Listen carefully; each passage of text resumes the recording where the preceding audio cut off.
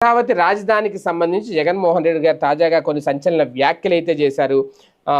అంటే రాజధాని మీద ఒక రకంగా ఒక ఫుల్ హోప్స్ అయితే పెట్టుకుంది తెలుగుదేశం పార్టీ. రేపొద్దున మళ్ళీ అధికారంలోకి రావడానికి అమరావతి రాజధానిలో చేసిన డెవలప్మెంటే ఒక కీలకం అయ్యే అవకాశం ఉంది అనేది.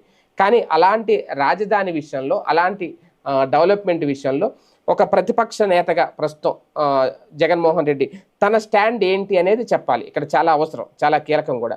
అయితే తన స్టాండ్ ఏంటి అనే చెప్పే విషయంలో ఒక క్లారిటీ లేదా క్లారిటీ లేకుండా వ్యవహరిస్తున్నారా అనేది కూడా ఇక్కడ కీలకమైన చర్చ. ఈ నేపథ్యంలోనే తాజాగా ఆయన కొన్ని కీలక వ్యాఖ్యలు చేశారు రాజధానికి సంబంధించి.